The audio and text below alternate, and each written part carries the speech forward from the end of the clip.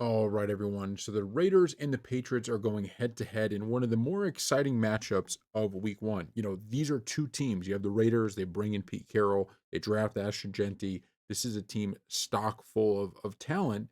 The question is that talent going to be able to be good altogether in year one? The Patriots, they bring in a veteran coach in Mike Vrabel. Travion Henderson looked phenomenal in preseason. You bring in Stephon Diggs. You have Drake May in year two. So these are two teams that we could see both of these teams having 4 wins. We could see both of these teams potentially making the playoffs. There is really the sky is the limit, and there is no floor for these two teams. We just don't know. So this is a very interesting game, and so we're going to break it down. The Patriots are 3-point favorites in this game at home. The total is 43 and a half. On the money line, the Raiders are plus 130 and the Patriots are minus 155. So as we always do, we're going to give you an argument for as to why both of these teams can cover, right? So just kind of give you the argument for each team and then you can kind of pick which one you feel is, a better explanation, which one makes more sense, or maybe you already feel a certain way about a game and you're like, yeah, that kind of makes sense, or I didn't hear that point. So we'll get right into it. Okay. We'll start with the Raiders. Listen, this line has now moved to +3. If it ever gets to 3.5, then I think this becomes even more of a good position. But we are past the key number. 2.5 gets dicey. 3, you're within that field goal. And this very well could be a field goal game. So now that we get the Raiders at +3, we're at a very good number. Add on to the fact that they bring in Geno Smith, who, once again, he's really turned around his career, right? This has been a huge career turnaround. And even if you don't think Geno is all that good, what we do know is that he's at least going to be okay, right? He's at least going to be a average quarterback for the Raiders, which is better than what the Raiders have had in the past few seasons. So you know that their quarterback issues are gone, right? And when you have someone like Brock Bowers at the tight end position, that you might as well just call him a receiver, right? Because this guy is can put up big numbers and he could be a massive, massive threat. You also have coming out of the backfield Ashton Genty, right? And Genty, anybody who watched Boise State in their week 0 matchup knows he probably meant a lot to that team, right? This team is not the same without him. And he probably, running backs, they can get onto the scene quick and really do some things. You add into the fact that it's Pete Carroll that's now coaching, obviously Max Crosby on the defensive end. And we just don't know what we're seeing from the Patriots at this point. Since Bill Belichick left, obviously last year with Gerard Mayo, things did not go over well. They brought in Mike Vrabel. There's a lot of hype, but we just haven't seen all of these pieces together. And there's still questions about Drake May, right? I mean, look, there's been a lot of excitement about Drake May, but there's still questions. And now that I feel like the narrative has been so pro Patriots and anti Raiders, I think you're getting a pretty good deal on a team that is pretty good, right? They have a veteran presence on this Raiders team, which hopefully for them would mean, week one becomes a spot for them, right? And if you're betting on that side, and I heard something on one of the betting podcasts I watch.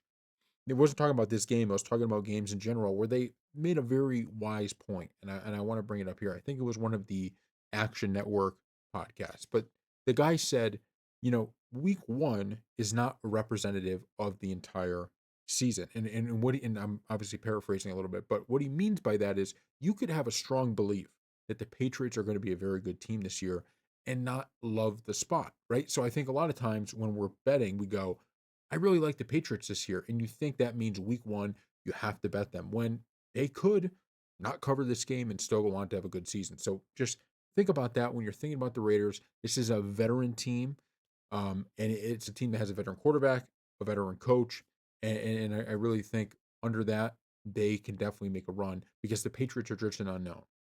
On the flip side, I do think that the Patriots have a ton of upside. Number one, Drake May, if he is what people think he can be, then this might be his breakout season, right? We talked a lot about Jaden Daniels last year. Obviously, Caleb Williams was the big name, but the potential for Drake May and what Drake May can do is still yet to be seen.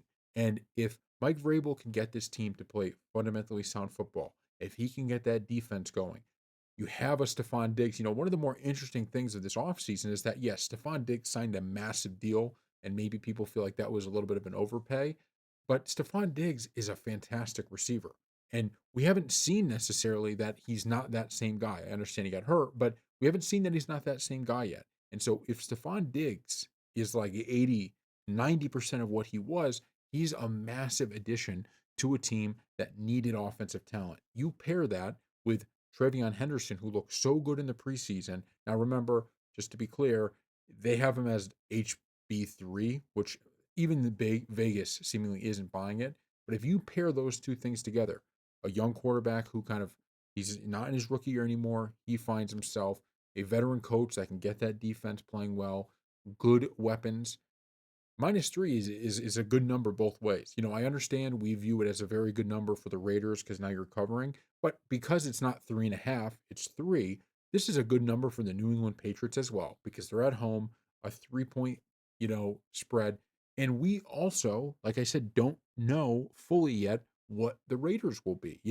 They have veterans, but I I could see this team winning 4 games. I could see this team winning 10 games. You could see both sides of that. And so really it's kind of like that Spider-Man meme where the Spider-Mans are pointing at each other where these are kind of the same situations in terms of we don't know much about either of these teams, and this number is so perfectly put that it really is a tough to decide on either way. But both of these teams have a real ability to do some things. So before we give you our bet, let's go through some of the TD scores. Look, Ashton Genty -120, Travion Henderson +140, Ramondre Stevenson +155. I personally, and look, people can bet what they want, but I personally will not be touching any of these props just because this is so unknown. We have not seen Ashton Genty play a single NFL snap. We have not seen when I mean in the regular season. We have not seen Travion Henderson play a regular season snap. We have not seen, well, we've seen Ramondre Stevenson, but we haven't seen how these guys are going to ball out. We don't know if Ramondre Stevenson is going to get a ton of run, if he's going to get, not that much run. Same with Trevion Henderson. So I personally, we're not getting crazy odds with these guys. So there's really not a whole lot of excitement for me placing on either of those. Stephon Diggs and Brock Bowers, these are the two known knowns. Um, but once again, it just scares me when we're getting plus 190, plus 175. It just doesn't feel like you're getting a whole lot of value for the risk you might be taking, right? Like this might be a very ugly offensive game on both sides, right? These offenses sometimes they need time to click. So you're betting all these guys, but they're plus 190, plus 175. I just don't love it. Here is one that I find interesting, Hunter Henry, because tight ends obviously scoring in the red zone. We're up into the plus 220s now. And I don't hate it. We're starting to get to a point where maybe, who knows, we will see, a kind of a touchdown. So the Hunter Henry is really the first one where I go, okay, maybe you consider it. But once again, in a game like this, that's going to probably be really gross. I just don't know if any of them are really worth betting. One interesting thing too is the Patriots defense, could they potentially get a touchdown? Geno Smith, he's really turned around his career. There's no question about it. But he's the type of guy that may have an errant pass, may have a dumb fumble, and the Patriots defense is able to score. Like I would not rule that out. So once again, I'm not saying that that's a bet I'm placing, but just if you're looking at potential TD scores, that might be one. Um, look, even like Amari Cooper at plus 650, we don't really know what's the role going to be, but the Geno Smith rushing one in for plus 650. I would prefer if I was to bet, I would be hanging out down here. Even this Antonio Gibson, Vegas is clearly not buying the depth chart because Antonio Gibson is at plus 1,000 and he's supposedly going to be the RB2. We have the guy who's RB3 at plus 140. So Vegas isn't buying it. But if that ends up being the case, that Antonio Gibson is in there, is this the end of the world? I don't know. I won't be playing. It's funny because maybe this one might be quite interesting. No touchdown score. I'm sure there will be a touchdown. But, I'm just in a situation here where I'm probably going to stay away from all props because these just all feel like it's a massive risk for an ugly game, and we just don't know enough about these two teams at this point. The passing totals, these are quite interesting to me. I don't think necessarily um, that I'm going to be touching them, but this game, like I said, it could be a defensive masterpiece because both offenses look bad. it also can have two defenses that look terrible. Like we really just aren't going to know. And so, getting Geno Smith 230 plus when he averaged 254 passing yards a game last year, don't hate it. Passing touchdowns, Drake May, Geno Smith. This one I'd stay away from just because there are so many running backs who are highly touted in this game, even the young guys that you just, you're not probably going to be very interested in passing touchdowns because if you get one rushing touchdown, you might have screwed this right here. Receiving TDs, Brock Bowers at 70 plus. If you think he's their one guy, don't hate it, right? Do not hate it. Stephon Diggs, 50 plus at plus money. That's a low number if you think he's going to be their number one option. Receptions, rush yards. This is, I find interesting. Rush and receiving yards. You know, I think if you think that either one of these guys is going to have an amazing game, I mean, you could think, oh, Genthy's going over the 100 plus on rush. Well, this gives you receiving as an added boost to get there, and this is at plus money. If you think he's having a big game, this feels like a really good spot.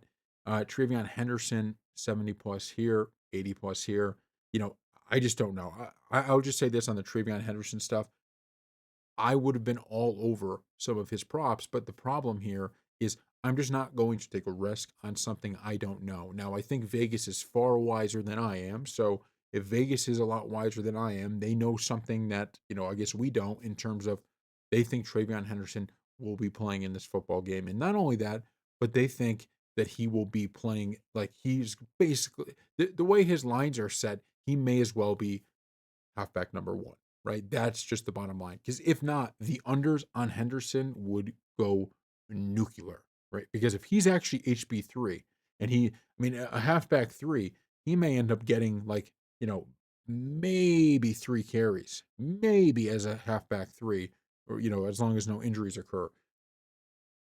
You could retire off of the unders in that scenario. But clearly Vegas doesn't believe that. In Vegas, they're, a lot smarter. So I'd be very cautious with touching anything Travion Henderson on either side of it, because if he does end up playing a lot and you decided to take those unders, you're done, right? That's it. If he's playing, he's likely to get the yards. And if he doesn't play and you took his overs, well, now you're screwed. So I would wait to see what are we seeing with Travion Henderson and his role with the team before you say, okay, I'm going to be betting that. Now, Genty's a different story. We know Genty's going to get his looks.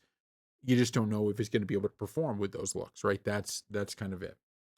So I think that's it for all of this. We're going to give our bet here. Look, I've gone back and forth on this game time and time again. And, for months, I've been all over the Patriots thinking that they're the team that I was going to bet here. And then it just started to creep in the back of my brain that, oh, the Raiders this, the Raiders that. But I'm sticking with my gut here. I'm sticking with the New England Patriots. I just can't get through my head that when you talk about the Raiders, right? This feels like you've added a lot of pieces. This feels like a complete, like, this feels like step one of what's going to be a multi-year kind of retool and rebuild. I just don't see, that with the Patriots. I think the Patriots under Mike Vrabel are just, they're going to fix a lot of the problems they had. And I think when you have Stephon Diggs, you have Drake May, you should have a pretty good running game. This is going to be an ugly, close game, but I think they're at least going to be able to cover that 3-point spread, especially at home. And that doesn't mean that the Raiders won't be pretty good, down the stretch of this season. It just very simply means that the, Patriots, I just trust them more in this spot. I think a lot of their key players are I think Vrabel's going to have a much easier time taking the culture from where it was under Gerard Mayo into this year than the Raiders, because the Raiders, they've just been not just mediocre, they've kind of been a complete mess, for quite some time. So that's my thoughts on it. I can understand the other side of it. I'm just getting scared off by so many people seem to be now kind of taking the reverse of this because the Patriots have been getting so much love. So I figured let's stick with my gut on this one. Thank you all for watching. And remember, no profit is guaranteed from these bets. I'm just giving my thoughts on the game. I'm not a betting expert or anything like that. I'm just someone who likes to bet on sports. Thank you all for watching.